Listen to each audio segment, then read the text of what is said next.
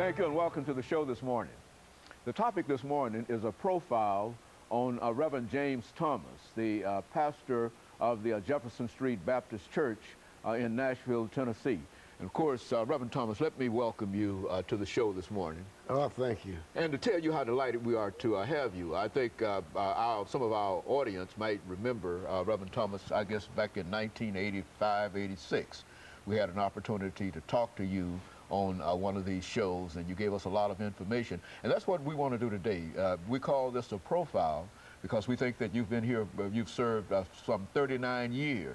Yes. And it's just about time for somebody to inquire of you as to how all of this started and what eventually led you to where you are today. And let's talk about your background, your education, some of your experiences that eventually got you involved in some of the things that you're involved in. Well, I was born in Orange, Texas, 1940, and later moved to Beaumont, Texas.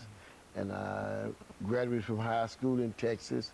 And in 1964, I came to Nashville to go to American Baptist College, got into the movement, and I've been running ever since.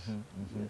And so you've been really involved in it ever since. And you've been real concerned, Reverend Thomas, in reference to the least of these. You've really had a career in Nashville, Tennessee. How did that become? Well, I've had good people around me. Dr. Kelly-Mills-Smith, Dogan Williams, Andrew White. Those people nurtured me, and I've always been grateful to God for those lives.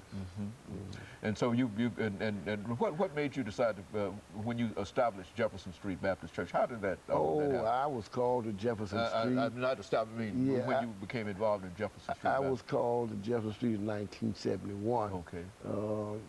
They was without a pastor, and they wanted somebody that couldn't preach well, so they called me. And I've been there ever since. They said if I ever learn how to preach, they're going to let me go. Let you go, and so you've been there ever since. Ever since. Very good. And we know that you are a great preacher, Reverend Thomas. We hear you almost every Sunday on the radio and all around town, and people talk about some of your sermons. And so so sometimes you try to diminish your own significance in terms of what has happened, but you've been involved in a lot of things, and I can personally witness to that because I've been there. You know, I've watched it too. You see, and I don't think your hair is any more gray than my hair. You see, right. so yes, and we understand that. But you know, Reverend Thomas, you've mentioned some of the individuals, and I think we've seen over the last many years individuals like Reverend Kelly-Mills-Smith and Dogan Williams, who passed quite recently, and Andrew White. Why don't you make some statements in reference to how you saw and how you met Reverend Kelly-Mills-Smith? Well, Kelly-Mills-Smith, I looked at Dr. Kelly-Mills-Smith as one of the prince of preachers in Tennessee at that time. I don't think we had a better preacher than Kelly-Mills-Smith, who could mix and mingle with the high and the low. When Jimmy Carter was elected president, he sent for Jesse Jackson. And Jesse Jackson said to President Carter then, I can't come unless Kelly-Mills-Smith come with me. He said, because Kelly will interpret to you what I want to say. That's the kind of preacher Dr. Kelly-Mills-Smith was. Yes.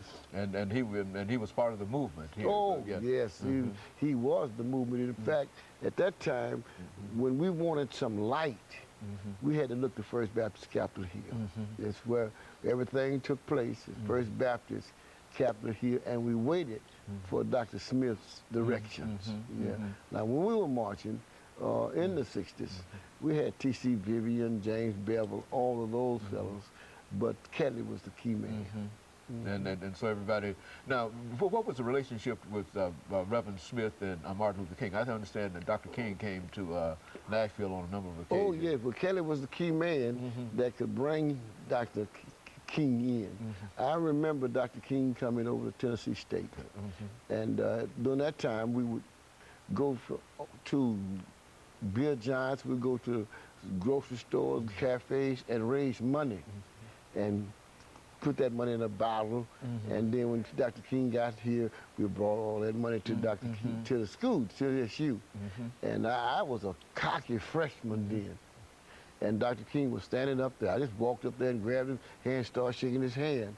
And so that was where you introduced yourself to Dr. King. And of course, Reverend Thomas, we're getting ready for our first commercial break, and when we come back, we'll have an opportunity to pick up at that. But that's essentially what we want to hear. Some of the information about some of these individuals we know to be significant, and you are the individual that has some of the information, and so that's why we want to do what we call this profile. And of course, we'll be back with our audience following this very, very short commercial break.